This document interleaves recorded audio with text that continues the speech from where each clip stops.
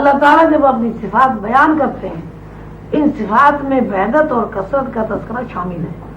مخلوق کی تعریفی حدیں خالق کی تعریفی حدوں کے برعکس ہوتی ہیں.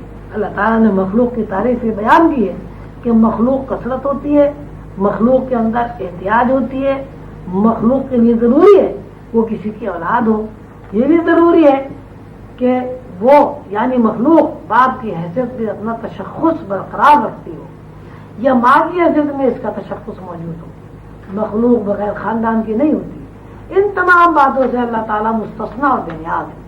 مخلوق چونکہ کثرت ہے اس لیے ضروری ہو گیا کہ مخلوق کے اندر انفرادی شعور کے ساتھ ساتھ کثرت اور اجتماعی شعور بھی موجود ہو، اور اجتماعی شعور میں درجہ بندی ہو، اور وہ یہ کہ ایک اجتماعی حیثیت نوعی اعتبار سے ہو اور دوسری حیثیت رشتوں کے اوپر قائم رہے، جیسے باپ کا رشتہ، ماں کا رشتہ اور خاندان سے تعلقات وغیرہ وغیرہ. ان رشتوں اور ان ضروریات کو پورا کرنے کے لیے کائنات میں جو سلسلہ قائم ہے اس کی تعریف بیان کرنا روحانی وصف جو کی تعریف کرنا ہے. جو کی تعریف میں ہم جن چیزوں کو بیان کر سکتے ہیں ان میں پہلی چیز یہ پہلی بات یہ ہے کہ کائنات دراصل صفات الہیہ کی شکل و صورت پر مبنی ہے. جو کی دوسری تعریف یہ ہے کہ چونکہ کائنات از خود وجود میں نہیں آئی، کسی ہستی نے اس کو بنایا ہے یا تخلیق کیا ہے، اس لیے تخلیق کا خالق کے ساتھ ربط ہونا ضروری ہے. یہ ربط ہمیں بتاتا ہے کہ ہمارا پیدا کرنے والا اللہ ہے، پیدا ہونے کے بعد وسائل فراہم کرنے والا اللہ ہے. یعنی انسان بشمول کائنات ہر قدم پر خالق کا محتاج ہے. جس نمبر ہم کائناتی حدود سے گزر کر نوعی حدود میں داخل ہونے کے بعد انفرادی حدود میں داخل ہوتے ہیں. یعنی ہر بندے پر تخلیق کو اپنا انفرادی شعور حاصل ہوتا ہے.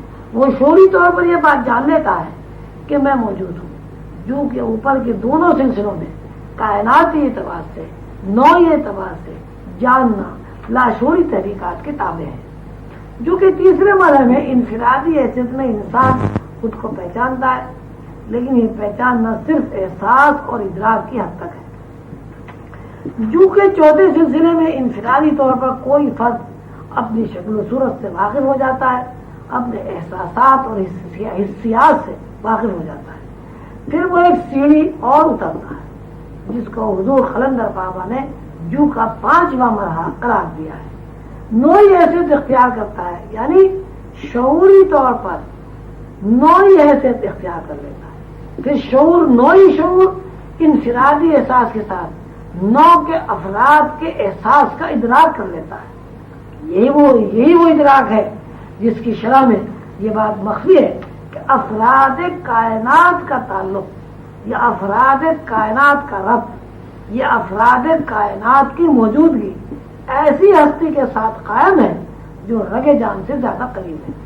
اور جب کوئی بندہ نوعی اعتبار سے اجتماعی ذہن کے ساتھ یا انفرادی شعور کے ساتھ اس بات کا ادراک کر لیتا ہے کہ میری موجودگی ایک ایسی ہستی کے تابع ہے جو میری جان سے زیادہ قریب ہے، تو اس کو یہ چیز نظر آ جاتی ہے کہ کائنات کا وجود اور میرا وجود کہیں موجود ہے. جب یہ بات یقین بن جاتی ہے کہ میرا وجود اور کائنات کا وجود کہیں موجود ہے تو اس کو یہ چیز نظر آ جاتی ہے کہ میرا وجود، نو کا وجود، کائنات میں موجود تمام مخلوقات کا وجود لوح محفوظ پر نقش ہے. جب کسی بندے کی نظر لوح محفوظ کو دیکھتی ہے تو کائنات میں جو کچھ ہے، جس طرح ہے، جتنی موجودات ہیں تو بندے کے سامنے آ جاتی ہے. یعنی ایسا بندہ ایک فرد کی حرکت کو دوسرے فرد کی حرکت کے ساتھ، ایک ذرے کی حرکت کو دوسرے ذرے کی حرکت کے ساتھ دیکھ لیتا ہے. اس کی مثال یہ ہے کہ ایک زنجیر ہے، زنجیر میں بے شمار کڑیاں ہیں. ہم ہر کڑی کا نام الگ الگ رکھتے ہیں.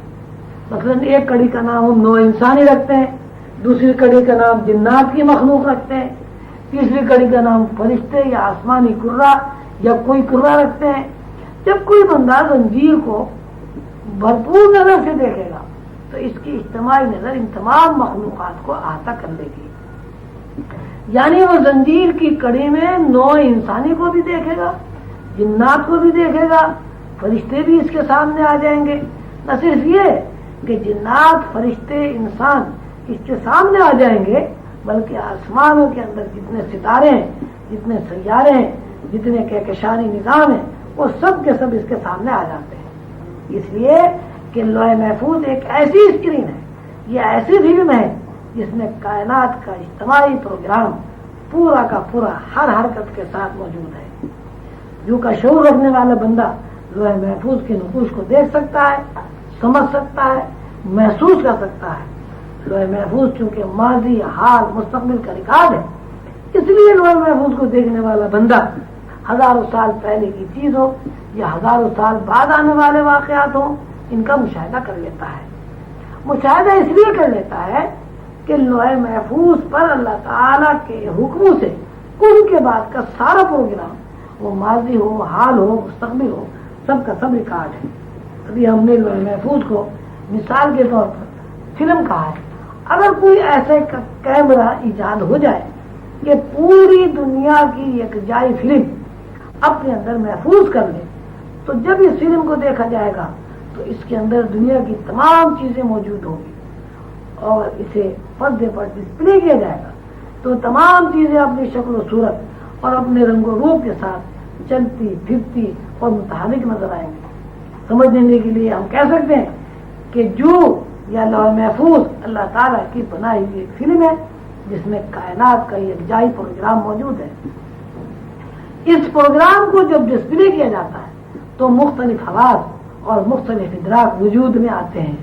اجتماعی حواس میں یا کائناتی حواس میں آدمی کائنات کو ایک جگہ دیکھتا ہے، یعنی بندر، بلی، گائے، بھینس، درخت، پتے، دریا، پہاڑ، جنات، فرشتے وغیرہ ایک جگہ ایک فلم میں محفوظ ہے. پھر یہ ادراک جب تنزل کرتا ہے تو اجتماعی حیثیت اختیار کر لیتا ہے.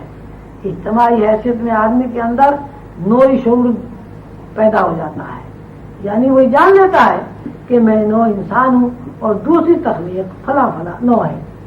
پھر یہ شعور، یہ حواس مزید تنزل کرتے ہیں تو بندے کے اندر تنظیمی شعور پیدا ہو جاتا ہے. اس تنظیمی شعور میں وہ اپنے انفرادی ادراک کے ساتھ ساتھ اپنی نوع کا ادراک کرتا ہے اور اپنی پیدائش، اپنی موجودگی اور اپنے حواس کا علم سے حاصل ہو جاتا ہے. جب یہ ادراک و تنزل کرتا ہے تو آدمی نوعی اعتبار سے خود کو الگ کر کے خد و حال کے ساتھ انفرادی شعور وہ ادراک کے ساتھ اپنی موجودگی کو جان لیتا ہے، سمجھ لیتا ہے.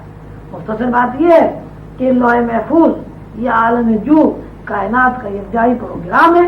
تمام انواع اس پروگرام میں باہم و دیگر ملی ہوئی ہیں.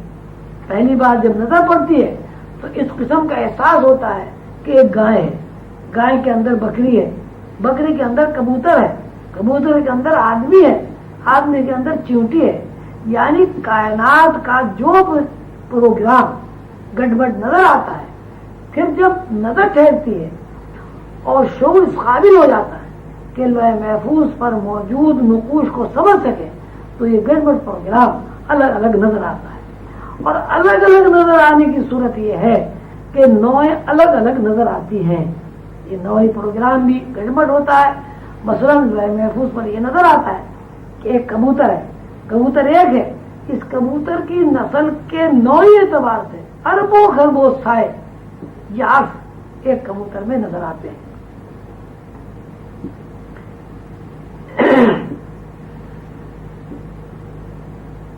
یہی حال نوع جنہ کا ہے، یہی حال نوع فرشتہ کا ہے، یہی حال نوع انسانی کا ہے، یہی حال تمام جمادات، نباتات، حیوانات، ستاروں، سیاروں کا ہے. پھر نظر اور ٹھہرتی ہے، اب نوعی گڑبڑ پروگرام پھیلتا ہے.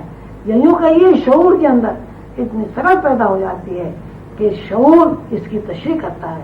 اس تشریح میں ہر نوع کا الگ الگ انفرادی پروگرام نظر کے سامنے آ جاتا ہے. نظر کے اندر مزید گہرائی پیدا ہوتی ہے تو یہ دو انفرادی پروگرام تقسیم ہو جاتا ہے. اس تقسیم میں ہر آدمی خود کو الگ الگ محسوس کرتا ہے یا کسی نوع کا ہر فرد خود کو انفرادی حیثیت میں محسوس کرتا ہے. انفرادی حیثیت میں محسوس کرنے کے بعد شعور کے اندر اتنی سکت اور طاقت پیدا ہو جاتی ہے کہ آدمی اپنے پیدائش کے مرحلے سے واقف ہو جاتا ہے۔ پیدائش کے مرحلے سے واقفیت کا مطلب یہ ہے کہ نوع انسانی کے افراد کی پیدائش کن عوامل پر ہو رہی ہے، یہ بات سمجھ میں آ جاتی ہے۔ اس کے بعد یہ فرد، اس کے بعد ہر فرد اپنی شکل و صورت یعنی حواس سے وقوف حاصل کرتا ہے۔ یہ کیفیت، یہ حالت جو کائناتی پورے نظام میں احاطہ کرتی ہے تو سب کی زبان میں مغیبات اکوان کہلاتی ہے۔